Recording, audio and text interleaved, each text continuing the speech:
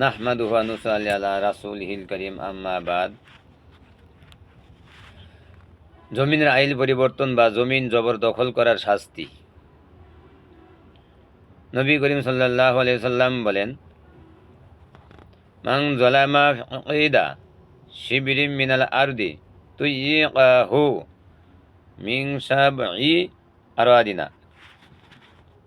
যে ব্যক্তি কারো অর্ধ হাত জমিন জবরদখল করবে, কিয়ামত দিবসে তার গলায় 60টি জমিন ঝুলিয়ে দেয়া হবে। নাউযুবিল্লাহ মিন যালিক।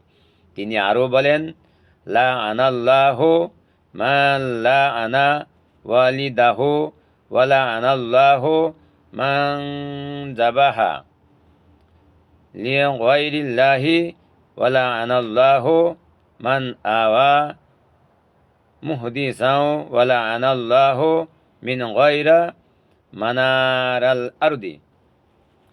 যে ব্যক্তি তার পিতার উপর অভিসম্পাত করল, তার উপর আল্লাহর লানত। যে ব্যক্তি আল্লাহ ছাড়া অন্যের জন্য পশু জবেহ করল, তার উপর আল্লাহর লানত।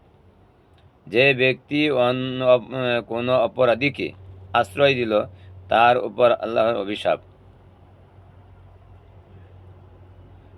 আর যে ব্যক্তি জমিনের নিশানা বা আইল পরিবর্তন করবে, তার উপর আল্লাহর অভিশাপ বর্ষিত হবে।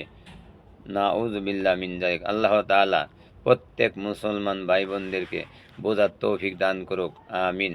ওয়া আখিরু দাওয়ানা আনিল হামদুলিল্লাহি রাব্বিল আলামিন।